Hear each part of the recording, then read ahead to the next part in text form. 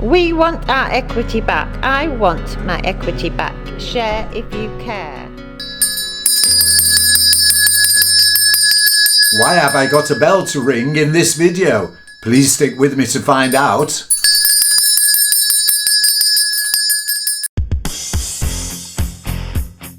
Nigel Cecil, calling things out as you like it, especially for his fair-minded friends.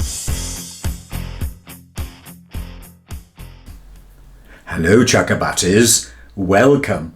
And as this icon logo indicates, I'm live and in person, not artificial intelligence, believe it or not. And I also have with me a bell for this video. Hillary suggested we had a bell like we always do. We respond to your comments, views, observations and questions sent in to us and use them as headline topics for these videos. So this one, unexpected outcomes often start as dreams. And then there's a picture of a wolf in sheep's clothing and the masks for equity.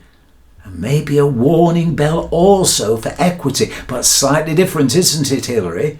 How has this come about? Well, you brought to our attention quite a number of social media postings that had, well, comments that we were somewhat taken aback with. One said how Sylvester Stallone and Denzel Washington were joining with Clint Eastwood to start a new project costing £300 million, a non-woke film studio, apparently to combat the wokerati that had taken over Hollywood. And another tweet you sent to us, also shared on social media, was referring about stars coming together to form a new anti-woke trade union.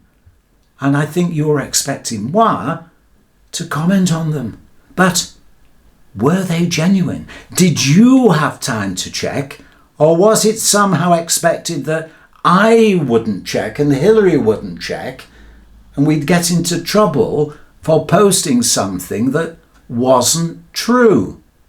But is it true? That's why we've got the warning bell.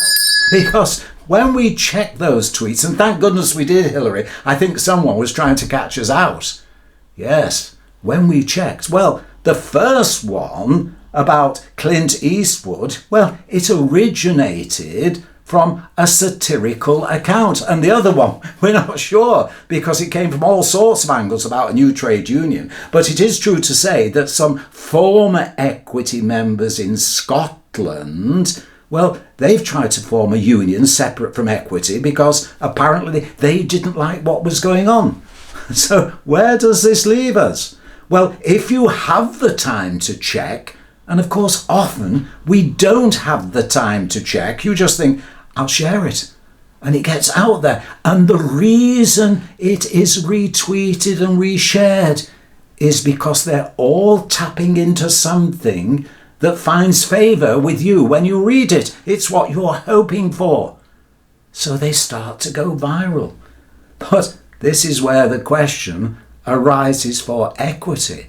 If a tweet like that has gone viral in those sort of areas where it circulates, and members of equity are talking about it, and indeed in America things like that are going viral, does it mean that it's tapping into a hope, the desires of those who really would like a new trade union or showbiz that stops focusing on being woke?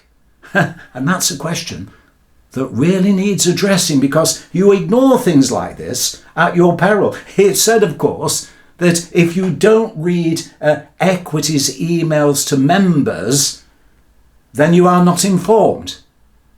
But if you do read equity's emails to members, then you are. What do you think of that one? That's what someone else has tweeted. Now, if that finds favour, then it's tapping into that hope and expectation of maybe an ever-growing number, which is why some are saying we want our equity back. I want my equity back. And why I've got a bell ringing to say we sometimes all get caught out by social media. The smallest amongst us, the biggest amongst us. And so it now is becoming impossible to really determine, because we haven't got the time, what is true and what is not.